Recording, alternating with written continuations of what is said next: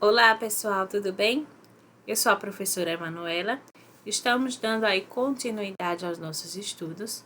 Essa aula é de matemática para o 7º ano. Na aula de hoje, nós vamos falar um pouquinho sobre ângulos. Então, vamos dar aí uma relembrada do que são ângulos, como um ângulo é formado e algumas classificações pertinentes e importantes de serem lembradas quando a gente sempre fala em ângulos. Então, vamos lá. O que é o ângulo, né? O ângulo é uma região interna que ela é formada aí por duas semirretas, né?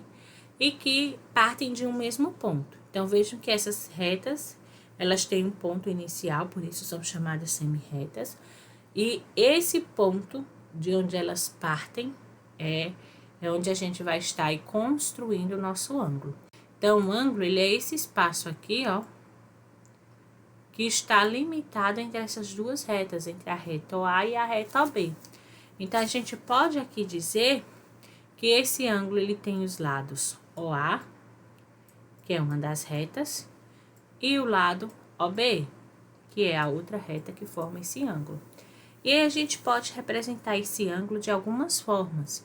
Então, eu posso representar ele pela letra O com acento circunflexo.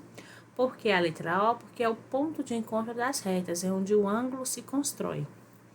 Posso representar indicando a sequência de pontos por onde esse ângulo vai ser construído, indicando assim as retas também que formam ele. Então, eu posso indicar dessa forma, A, O, B, sendo que o ângulo está no ponto O, então ele fica no meio com esse acento circunflexo.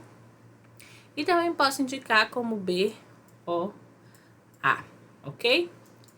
Essa inversão da ordem dos pontos das retas não vai interferir. Lembrando que essas duas formas, elas são muito mais usuais para identificar o ângulo da melhor forma possível, ok? Bom, e aí os ângulos, eles têm medidas. Essas medidas são normalmente dadas em graus, né? E o instrumento aí que a gente utiliza para estar medindo um ângulo é o transferidor. Então, o transferidor, ele é esse instrumento aí matemático que a gente está vendo na imagem, que é utilizado para medir quantos graus tem um ângulo. Então, como é que a gente faz? A gente centraliza o vértice do ângulo aqui no centro do transferidor. Um dos lados a gente iguala ao ponto zero do transferidor.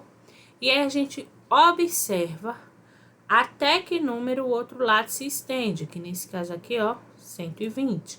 Então, esse ângulo aqui, ele vai medir aí, ó, 120 graus. E aí, nós temos alguns ângulos, né? Uns exemplos aqui, ó, de medição de ângulos. Então, um ângulo de 45 graus, né? Quando ele foi medido aqui.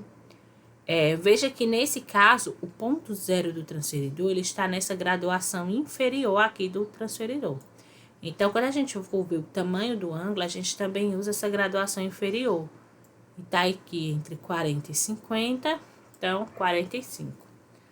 Aqui, um ângulo de 90, que é um ângulo bem conhecido da gente, né? Que é o ângulo reto. E aqui um ângulo de 120, né? Bem maior aí que 90.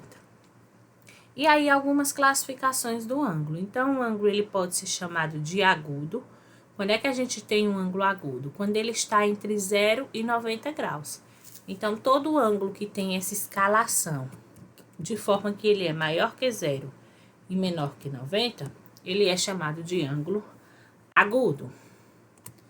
O ângulo reto é aquele ângulo que possui exatamente 90 graus. E ele, né, ele tem essa indicaçãozinha aqui de que é um triângulo, um ângulo reto, né? Então, sempre que a gente tem um ângulo reto, ele possui essa indicação, que é esse quadradozinho, que já indica que é um ângulo reto, ou seja, que indica que é um ângulo que tem exatamente 90 graus.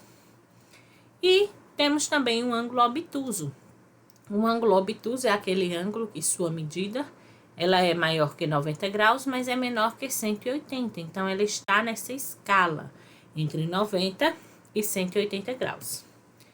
E o ângulo raso, né?